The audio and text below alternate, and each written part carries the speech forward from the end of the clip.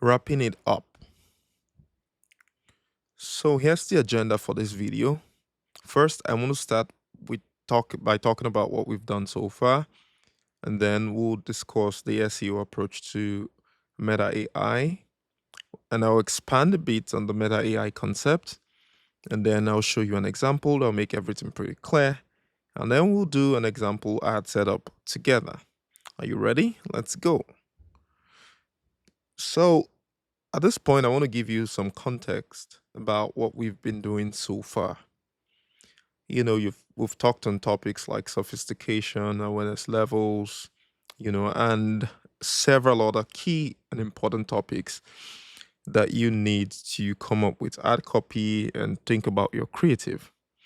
Now, all those things are very, very important, and I cannot emphasize this enough.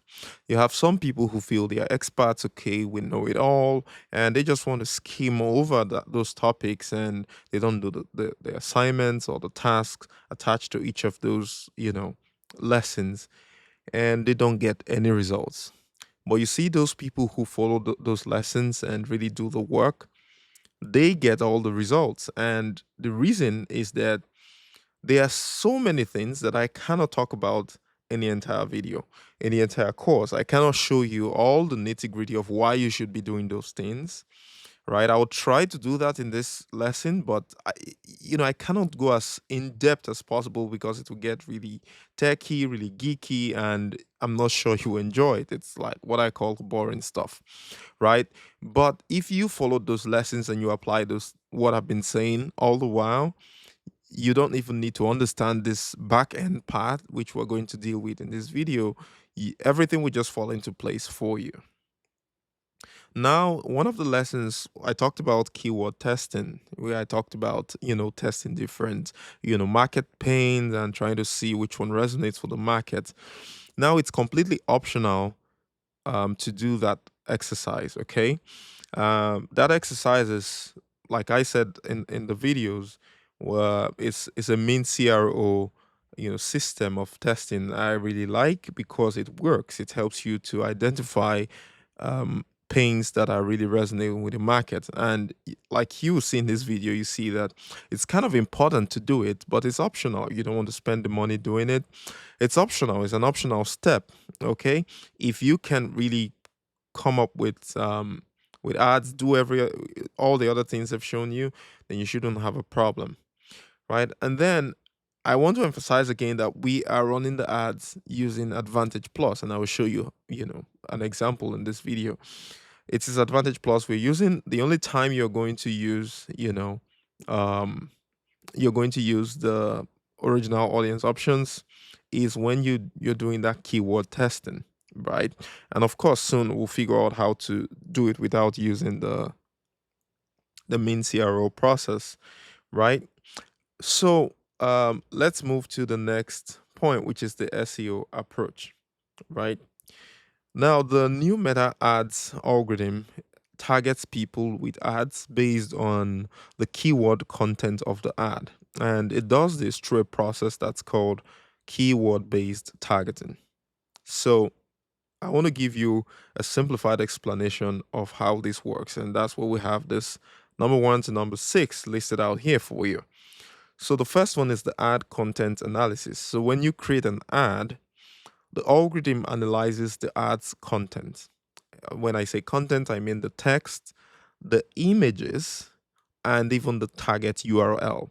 Every piece is important: the text, the image, or the video, and then the target URL. So it tries to look at the text and understand it, tries to look at the image, and tries to interpret what it's seeing in that image. That's why if you try to advertise with a nude image, for instance, Meta would, disapprove the ad and perhaps restrict your account. That's because the algorithm can now understand and interpret what it's seeing in an image. And so once it's done that, which is the ad content analysis, when it's done analyzing it, will have what we call the keyword extraction. Now the algorithm identifies relevant keywords and key phrases from the ad content. This could be things like product names, services, topics, you know, market pain. It kind of extracts this, keywords from your ad. Some of the keywords could be inferred. It doesn't have to be literal from the ad copy itself, right? It could infer. The algorithm is smart enough to infer that this is what this means, right? Even though it's not explicitly stated like that in the ad copy. And then it moves over to the user interest mapping, not intent. That's an error. The user interest mapping. So here, Meta's AI maps these keywords to user interest, that's the keyword they just extracted, and behaviors. So Meta just maps these keywords to different user interests and behaviors. Okay.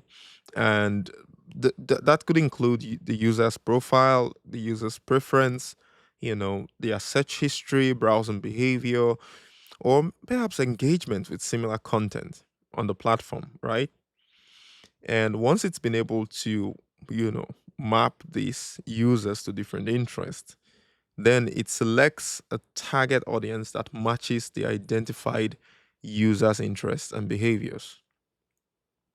And then the ad is delivered to the selected target audience, and that would, of course, increase the likelihood of reaching people who want your stuff. Now, there's also the sixth part, which is the contextual lookalike behavioral and user feedback targeting, right? I'm not saying you have to create new audiences, lookalike audiences. No. What that means is the contextual targeting is that based on the content on wherever the ad will be shown, it tries to match, that platform. So for instance, if someone is reading about acne and that website happens to be a Meta partner that also shows ads, Meta could show your ad on skincare or skincare related ad on that page as well, right? That's based on the context. It will match the context of where the ad is being displayed or what the person is even reading on the platform itself. So for instance, someone was interested in an organic post talking about skincare or skincare routine video or whatever, and then your ad could show up next to that, increasing the likelihood for the person to take action. And then there's the lookalike targeting, right? Where Meta targets users who are similar to your existing customers or similar to people who follow your page, or interact with your business. And then there is the behavioral targeting, where it targets people based on user actions like purchases or signups, like what they've done recently. If this person has bought today and he bought this, he's likely to want to buy this kind of thing tomorrow. It even goes further into things like predictive, marketing and predictive targeting. And I wouldn't be talking much about that right now. But I just want you to understand the simple approach that the keywords that you use in your ad, the copy, the headline, and the image are very, very important to the success of that campaign. So, I want to expand a bit on these different concepts that I've talked about. I talked about things like, keyword extraction, user interest mapping, and the likes, right? So for the keyword extraction, this is how it actually happens, right? The first way they extract the keywords is through a process known as natural language processing, NLP. And the AI uses this NLP to analyze the ad text itself, and that helps it to identify keywords, phrases, and try to understand the context of the ad in itself. Because, just when you talk about language, you could have different words having different meanings, but the way those words have been arranged kind of creates the context of the message of the ad. And so this AI uses the NLP to try to get the context so that it can identify keywords and key phrases and, you put a context to it all. Then we have entity recognition. And here the algorithm recognizes specific entities like names. So if I say Facebook, it knows what I'm talking about, right? Names locations. If I say Belgium, for instance, it knows I'm talking about Belgium as a location. Of course, the NLP helps it to put that into context because Belgium could also be a slang, right? And you know, it has to understand which I'm using in that case, right? And then organization, so that's entity recognition. And then we have the part of speech target, right? Here it tries to identify words. So is this a noun? Is this a verb? Is this an adjective, right? And that helps it to put context to the entire ad copy itself. And so if you follow the instructions and you write the ads, you come up with the creatives based on everything I have said from the very first lesson until now, you don't need to know all these things I'm talking about. You'll just have good ads, right? But some people may find this interesting. They are geeks, so I'm just putting it out there for you if you enjoy this kind of stuff, right? And then we have the user interest mapping. So for the user interest mapping, there are also three things. There is the user profiling, right? So Meta will create user profiles based on interest, behaviors, and demographics, right? So this is done by the algorithm. You don't even need to think about it, right? It's just the way the algorithm works. It creates user profiles, based on what the person is interacting with and stuff like that. And then there is the interest graph in itself, which is the primary way content is being distributed on all Meta platforms, right? Right now. That is how it's distributed by the interest graph. So also the ads as well.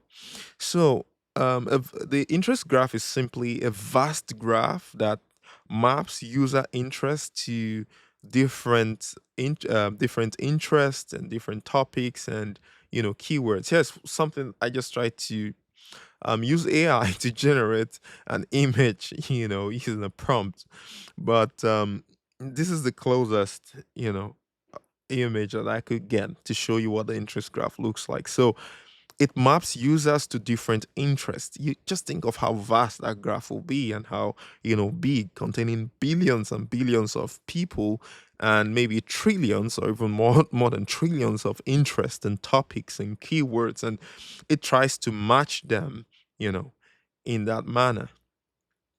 And then we have the keyword clustering. Group related keywords. For instance, you have skincare, you have acne, you have pimples, you have scar, you have so this it kind of groups related keywords to identify broader topics and broader themes. Okay. And then we have the target audience selection. Okay.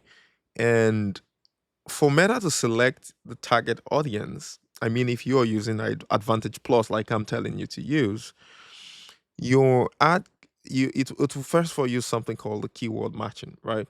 And the ad keywords are matched to user interests and profiles. Remember, the first step is that it extracts the keywords. And then it says, okay, based on what we can see in the our user profiling data, from our interest graph, and with all our keyword clustering, we've been able to map different users to different interests based on their to different keywords based on their interest and their behaviors and all that. So now it uses that, it has matched those users to certain interests and certain keywords, and the next thing is that it's going to score them. So we call that relevance scoring, right? The algorithm will score the ad relevance to the user's interest. So it's going to score that person, score your ad against that user, okay, and then decide if it's going to show that ad to that person, if that person is going to be a good fit for the ad based on the score that the ad gets, okay? And then it also targets users with similar interest, even if they haven't explicitly shown interest. So, what I mean is, if user A has okay, let me say user one, right? Okay. If user one has interest in A, B, C, D, and E, right? And user two has interest in A, B, C, D, right? But doesn't have interest in E. He hasn't shown interest in E. Let me not say have. I'll say shown, right? To the platform. So the platform says, well, user one and user two look really similar. Although this person hasn't explicitly shown interest in E, okay, we are still going to show this E ad to this person because the E ad did very well when we showed it to the first user, right? And this person looks similar. And so we're going to show the ad to this person. Okay. So that is the target audience selection. That's how it works. There are some other factors that contribute to how the ads are being delivered. I'll just list them for you. We have contextual targeting, we have lookalike targeting, we have behavioral targeting, and then we have user feedback. So the contextual targeting is, for instance, um, where the content is matched to the web page or the app content, where it's going to be displayed. So, for example, a web page that talks about skincare, they're going to put your skincare ad on that page. And then the lookalike targeting is where they target users that are similar to your existing customers or to people who already follow your brand. And then you have behavioral targeting that involves targeting users based on the actions that they have taken recently, like purchases or signing up, and things like that. And then we'll have the user feedback, which has been a recurring theme throughout this course, where I tell you that the interaction of people on your on your ad and your website helps the algorithm to refine its targeting and show you ads to people who it believes will be more relevant to the campaign and to the success of your ad. So let's look at an example. So I've been talking about skincare. So we'll use a skincare example. So here is a skincare ad. Now the headline says, "Get radiant skin with our hydrating moisturizer." And the ad text says, "Say goodbye to dry skin. Our moisturizer infused with hyaluronic acid and vitamin E provides long lasting hydration and nourishment." I just hope I said that acid right because I'm not into skincare. I only know salicylic acid and, you know, that's the bonus one I can remember. Right? Okay, so the ad image is a beautiful woman with glowing skin who is perhaps applying, your moisturizer, assuming you own the skincare brand, right? Now, here's what's going to happen. We said that the the AI is going to extract keywords. So, what are the keywords that it's likely going to extract? It's going to extract things like just like this. It's going to see things like radiant skin, hydrating moisturizer, dry skin, hyaluronic acid, and vitamin E.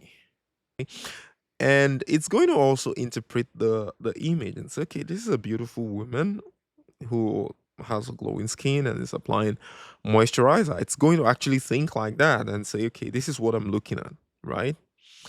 And once it's done that, it's going to now do the interest mapping, the user interest mapping. It says, okay, these are the keywords of this ad.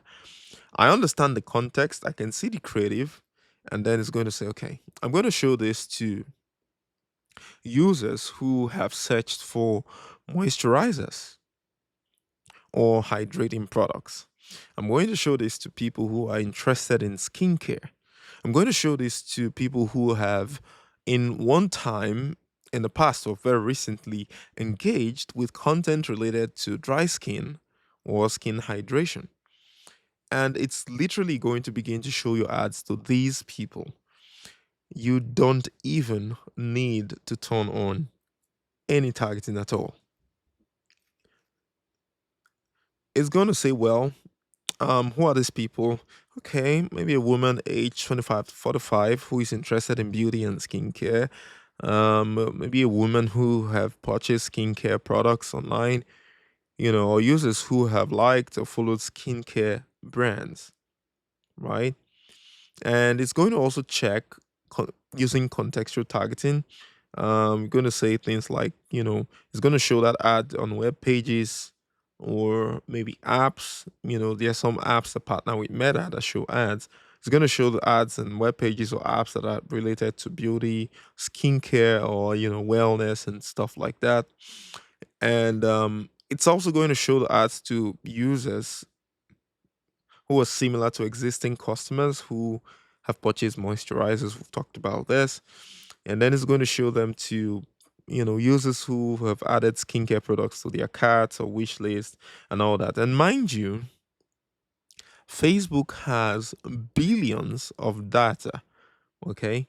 It has billions of data on different users and different people because there are so many people running ads on the platform. I mean, millions of advertisers, and there are probably a couple 100,000 of people, of advertisers promoting the same kind of products as you or in the same industry, right?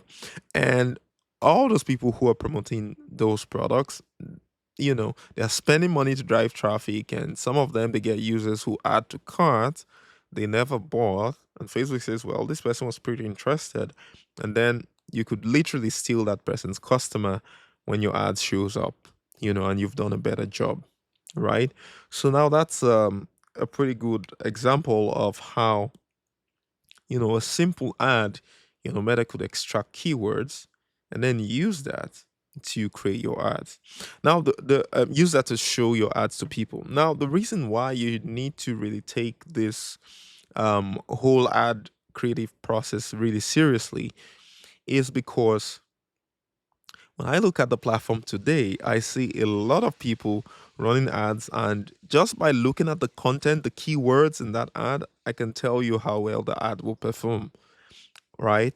I can tell you how well the ad will perform because um, some people using big claims that have no, essence, not going to interest anyone. The feedback is going to be poor, and a whole lot of, reasons why those ads are not going to work, right? Like market sophistication or, a mismatch between the awareness levels they are targeting. Well, that's not what I want to talk about now. I just want to show you an example, a demo of how you're going to go about doing the ad thing. So let's do the demo. So I have created two ad angles, and um, it's promoting this course. Okay, this should be hard earned. No, I like hard gotten. It was a deliberate play, right? So I have two angles, and I'm just going to show you how we set them up. Ideally, you want to have at least three angles, right? I would recommend, between 3 and 6 angles, and you will see why. But for this lesson, I'm just going to use two angles. Coming up with angles is, hard work. You know that, right? As if you want to do it right. So let's get started. The first angle says stop narrow targeting, use creative targeting instead. Of course, this has been tested with thousands of dollars. I mean, this keyword, right? And it has proven so far that it works. So of course, I've never used it as a headline. I've always used it maybe in the creative itself, like the image, or somewhere in the ad text. So, but this is the first time I'm using, this whole concept, stop this, use this in the headline for this campaign, right? And then the ad text is simple. There are ways, oh, it should be, there are several ways to waste your meta ad budget. Only one way to get results, creative targeting. And then what's going to happen? Meta will interpret this, show it to those people. And the way Meta shows their ads these days is that the first time you click show more, it will only expose one more line if it's a really long ad before it shows you the whole body, right? So the person says, well, what's creative targeting? Right. Well, okay, it sounds like I need to use my creative do the targeting. How am I going to do that? What's this about really? And then he clicks to see more, and then he says, trust me, it will make all your advertising headaches go away. Check it out here, right? So now this is just kind of like a short ad. And then what will be the image? I'm going to use like a before versus after kind of creative. So, that just plays on the concept of narrow targeting versus creative targeting and what kind of results can we expect. So that's like a before after creative. Now, the second angle says bad ads are costing you more than just your budget. Okay. And then the text says when your ads don't work, you not only lose your ad budget, but you also lose the potential revenue you could have made. You also lose peace of mind, the joy of getting results, and confidence in yourself. Everything and everyone around you suffer for something that's not even 100% your fault. That's the empathy play here because no one wants to agree they're wrong and you want to agree with them. You see, Meta, without so much as a warning, introduced a new way to deliver ads. It's something they've been experimenting for a while now, and if you're not up to date and still doing things the old way, your ads will get shown to the wrong audience. And then this is like, building on the curiosity. What's the old way? Is there a new way? Of course, I'm still doing things the old way. As a result, in return for your hard gotten ad dollars, you'll get a ton of course, that shitty traffic that never converts. Lucky for you, there is a fix. Now, they already know they're getting shitty traffic. That's why I had to mention it. And then I say, lucky for you, there's a fix. I explain everything on the sales page for my new course. You don't even have to buy it. Reading the copy alone will teach you more than some paid courses out there. Happy learning. Enjoy. There's a link. So when they land on the page, they're not surprised I'm selling something. They know I'm selling something because I mentioned it in the ad. But I've told them, well, there's also a benefit for reading, which is that you're going to learn a thing or two. Okay. And then the image, I could use the course image, right?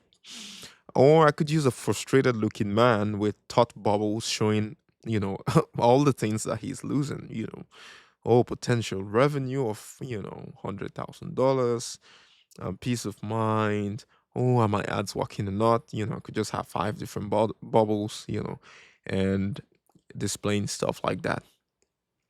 So now we already have our ad headline, our ad text, and our ad copy. Of course, to come up with copies like this, you need to have gone through all the topics that I've taught throughout this course: sophistication, awareness levels, coming up with your offer attributes, doing the market pain research. I've done a ton of research that I could even you could wake me up from sleep and I'll just start writing copy um for this particular, campaign, right? Because I've invested myself deeply into it. And it's also something that I experienced previously. So I have a ton of understanding of, about the market, the customer, the pain, and all that. So let's go ahead and do it. So in your ad manager, you're going to click create.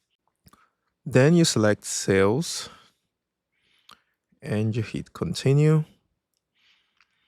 We're not going to use the Advantage Plus shopping campaign. You're going to use that when it's time to scale. For now, you're going to stick with the manual sales campaign setup. So there have been recent changes to the ad account in the last couple of days, and I'm going to show them to you so you don't get confused. So let's assume we have our campaign name as new sales campaign. We just leave it like that. If you leave this use a catalog, like I don't know if I'll call it Advantage catalog now or what, it's going to confuse you at the ad set and the ad level.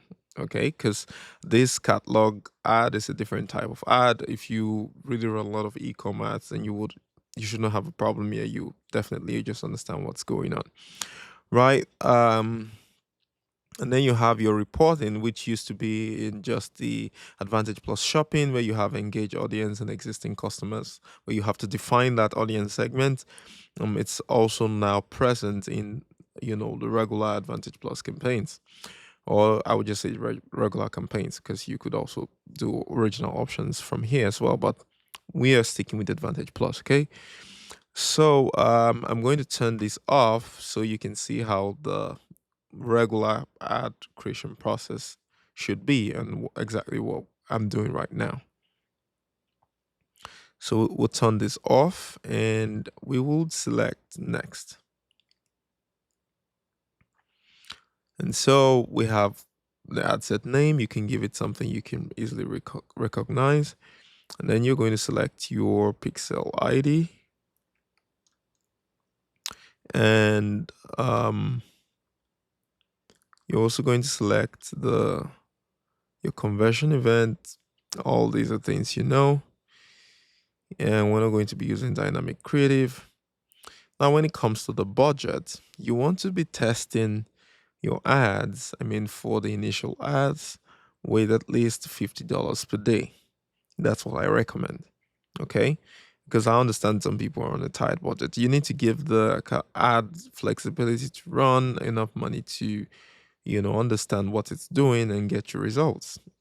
For me, I don't test ads with less than $200, with less than 150, I meant to say, but I will be using 200. I also don't start my ads on the same day. I like to start them the next day, midnight. Okay, and when you come down, you see audience controls. Now, this is where you are able to set strict controls on what you want or streamline who you want to show the ads to. Okay, so for instance, if you are targeting a specific location, you want to set that here. You click edit and set it here, and you could also click show more options. So you could set things like the minimum age. So for instance, you can raise that age up to 25. Last I tried, yeah, it's 25. So you could set the minimum age for the ad and say, I don't want it to show to people below 25, but I'm not going to do that. You could also set the language. So people who don't speak your language or the language of the ad will not be getting to see the ad. Personally, I just leave it as all languages, right? I like to give the algorithm enough room to do its thing. And so far, I've been getting sales, from people, and it's converting at a really good rate. All the times I've tried it, perhaps have worked better. It could be a coincidence, but all the times I try to set the language, the ads performed less than the ads that had all languages. I don't know, but just my experience. And then we have the Advantage Plus audience, where you can give, suggestions to the algorithm and say, these are the people I want to show my ads to. These are the kind of people I think have converted well in the past. But if you don't have that kind of data, you just want to leave this exactly like this. Don't touch it. If you've done the ad well, like I have shown you, you've followed all those instructions from the very first lesson, you will not have a problem. But if you are a guru or an expert in quotes and you've not done the work, you're not going to get, you're likely not going to get good results, especially if you don't understand your audience properly. Okay, and then placement, we're going to leave it the way it is. And it suggests ads that you could import, but I'm not going to be importing ad. I will just click next and do the ad setup. Okay, so for the ad setup, you have the name, you want to give it a name. So for me, since I'm using the first example, I'm going to say stop X, use Y. So I could recognize the ad easily. Okay, stop X, use Y. I would select the Instagram page. And this is something Facebook is pushing now, which is that you should select flexible, so they could show your ad in a format that they predict will perform best. And I haven't really extensively tested it out. They claim it has an improved performance. Right now with the AI, I'm tempted to believe Meta more. In the past, I don't take anything they say seriously. In fact, most of the time, you get better results by doing the opposite. Right now, I have played along with Meta, and it's been working really well. But anyway, what I've been using that has been working is the single image of video, and I've usually turned off the multi-advertiser ads. And then we have the ad creative. Okay. Now for the ad creative, I'll start by importing the primary text, which we already talked about, right? And I would import the headline.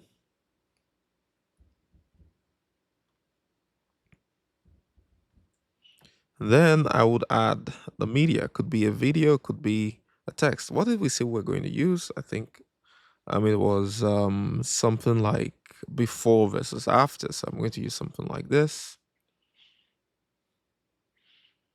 And I'm going to make sure all optimizations are turned on because pretty got good results with that.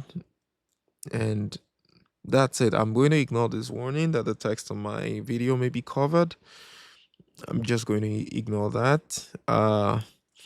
And yes, I have used this engaged view attribution, and it's kind of like because you use a video creative, they give you the option to try to identify people who are engaged, and Meta says it gives lower cost per results. I'm tempted to believe. I've been using a lot of videos lately, and with this, actually has performed better than without it. Okay, and then we have to enter the call to action link. So just copy that URL. And where are you?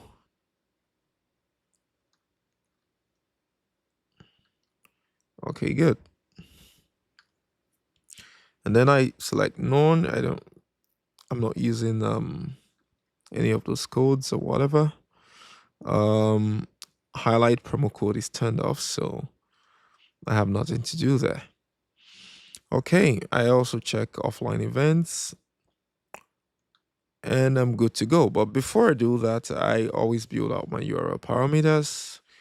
I do the site sort name. If you don't know what the URL parameters are, um, it's what we call the UTM. I can't remember the correct meaning of the UTM, but it's something universal tracking. And someone said it's not code. But anyway, it's universal tracking. Never mind. So I select campaign name and then I select my ad name. And I click apply. So I could easily identify which ad is getting results with my tracking system. That's why I make sure I always have UTMs. Okay, then we're going to do the next thing, which is to create the second ad. So for me, my approach has always included having multiple ads. I mean, right now. So instead of testing just this angle, I would want to increase my chances of getting results by adding more ads of a different sort, right? And so I'm going to click duplicate, and I'm going to use the new ad which says bad ads are costing you more than just your budget. Okay, that's the ad headline. So let's go back. I'll name this ad more than just your budget, right? And I'm going to use a new image, of course. So I'm going to select this one. I'm going to paste the headline I copied. Okay. And I'm going to paste the primary text. What kind of image creative did we say we're going to use? Okay, the course image or a frustrated man with thought bubbles. So I don't have the frustrated man with thought bubbles, but of course I'm sure I have the course image, and so I'm going to select that, and all optimizations turned on, and then I'll select that. Okay, so it has copied all the other good, nice features from the previous ads, so I don't have to do any more setup. And then you could do this for, three. I usually recommend at least three ads, right? Three different angles. You could test four, you could test five, you could test six, depending on how much your budget is. On For a campaign that has three creatives, I think the minimum should be, you know, like I said, $50, but I don't use less than 150, you know, so that your ads can exit learn in the face quickly and start getting you results. So, with that said, once you've done that, you are going to click on publish. Okay. So if I'm going to publish this one, I will give it a name. I could say tests plus advantage plus and all that, and I'll just hit publish.